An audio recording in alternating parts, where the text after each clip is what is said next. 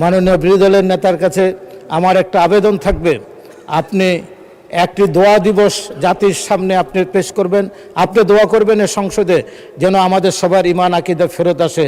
এই যে আমরা সবাইকে আসিয়া বানিয়ে ফেললাম আর আমরা সবাই ফেরাউন হয়ে গেলাম, এই ফেরাউন থেকে আমরা যেন ফেরত আসি আর আমাদের মা বোনরা যেন আসিয়ার থেকে ফেরত আসে।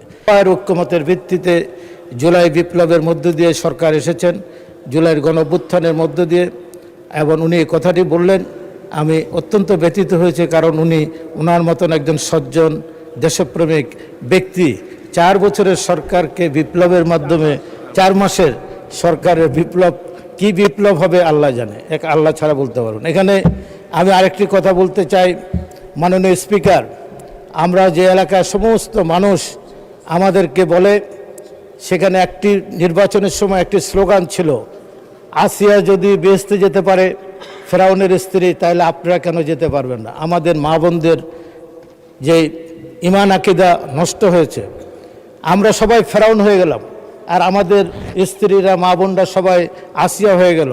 এই যে আসিয়ার কি কারণে বেহেশতে যাবে এটা আল্লাহ নিজে খোদ কোরআনে বলে দিয়েছেন। আর সব টাকা দিয়ে 10,000 টাকা, বিভিন্ন টাকা চাওয়াল দিয়ে এই আসিয়াদের চরিত্র যেভাবে হরণ হয়েছে, আমি আপনাকে বলতে চাই, মাননীয় বিরোধী দলের নেতার কাছে আমার একটা আবেদন থাকবে, আপনি একটি দোয়া দিবস জাতির সামনে আপনি পেশ করবেন, আপনি দোয়া করবেন এ সংসদে যেন আমাদের সবার ঈমান আকীদা ফেরত আসে। এই যে আমরা সবাইকে আসিয়া বানিয়ে ফেললাম আর আমরা সবাই ফেরাউন হয়ে গেলাম, এই ফেরাউন থেকে আমরা যেন ফেরত আসি আর আমাদের মা বোনরা যেন আসিয়ার থেকে ফেরত আসে। মাননীয় স্পিকার, আমি এখানে আরও অনেক কথা আসে, 1947 সালের কথা আসে। আমি 1946 সালে এই উপমহাদেশে ডাইরেক্ট অ্যাকশন ডে হয়েছিল হিন্দু মুসলিম দাঙ্গার সময়। সেই সময় মতুয়া সম্প্রদায়ের নেতৃত্ব ডক্টর যোগেন্দ্রনাথ, এই শিডিউল কাস্টের নেতারা সেদিন মুসলিম লীগের সাথে ঐক্যবদ্ধ হয়ে পাকিস্তানের পক্ষে তারা ভোট দিয়েছিলেন, এবং সে কারণেই এই পূর্ব বাংলার 5টি জেলা সেদিন পাকিস্তান হয়েছিল, পূর্ব পাকিস্তান হয়েছিল। এবং সেদিন এই মুসলিম লীগের নেতা হোসেন সৈয়দ সোহরাওয়ার্দী এবং মুসলিম লীগের আপনার হিন্দু উচ্চবর্ণের হিন্দুরা ডক্টর আম্বেদকরকে বোম্বেতে ভোট দেননি, উনি পরাজিত হয়েছিলেন। তারপর উনি যশোর এবং খুলনা একটি আসনে হোসেন সৈয়দ সোহরাওয়ার্দী এবং ডক্টর যোগেন্দ্রনাথের সহায়তায় উনি এখান থেকে নির্বাচিত হয়েছিলেন। 47 সালের পরে এটা পাকিস্তান হওয়ার পরে ওনার আবার গণপরিষদ সদস্য বাতিল হয়ে যায়। আমি এই কথাটি এই জন্য বলছি, সেদিন উচ্চবর্ণের হিন্দুদের বিরুদ্ধে এই ডক্টর যোগেন্দ্রনাথ, তার একটি সংগ্রাম ছিল, মুসলিম লীগেরও একটি সংগ্রাম ছিল। তারা এই দেশের মানুষের মুক্তির জন্য একসাথে কাজ করেছেন।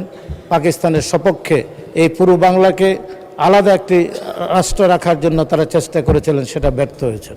তা আমি এখানে এই কথাটি এই জন্য বলছি যে এবারকার আমি আমাদের দেশের হিন্দু ভাইদেরকে আমি ধন্যবাদ দিতে চাই।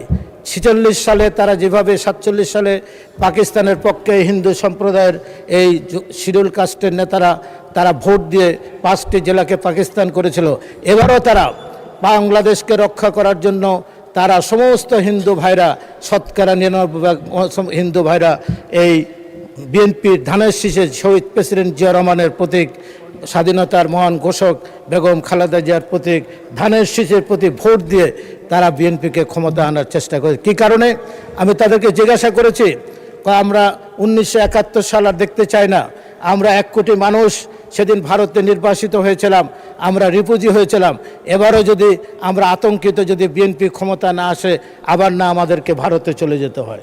তো এই অবস্থা থেকে 1971 সালের মহান মুক্তিযুদ্ধকে ধারণ করে আমরা 30 লক্ষ শহীদের রক্তের সাথে আমরা বেইমানি না করি, এটাকে ধরে রেখে আমাদের বাংলাদেশের অর্থনীতি, বাংলাদেশের বাজেট, আমি যদি এখানে দাঁড়িয়ে বলতে চাই, অর্থমন্ত্রী আছেন, বাংলাদেশের বাজেট প্রণয়ন করার জন্য কোথাও যেতে নাই।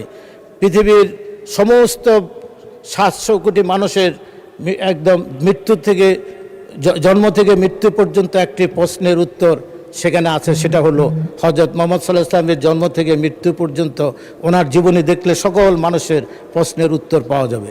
আর বাংলাদেশের জন্মের পর বাংলাদেশের এই যে বাজেট প্রণয়ন, বাংলাদেশের সকল সমস্যা, এটা যদি আপনি দেখতে চান তাহলে জিয়া রহমানের স্বাধীনতার ঘোষণা থেকে ওনার 4.5 বছরের ক্ষমতায় উনি যেভাবে দেশকে উন্নয়ন করেছেন, উনি একটি দুটি বাজেট উনি নিজে অর্থমন্ত্রী হিসেবে ঘোষণা দিয়েছিলেন, বাজেট পেশ করেছিলেন।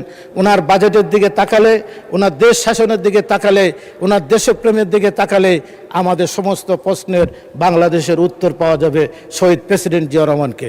এখানে শহীদ প্রেসিডেন্ট জিয়া রহমান থেকে যদি আমরা বিচ্যুত হই তাহলে বাংলাদেশের স্বাধীনতার সার্বভৌমত্বের আপনার হুমকির সম্মুখীন হবে।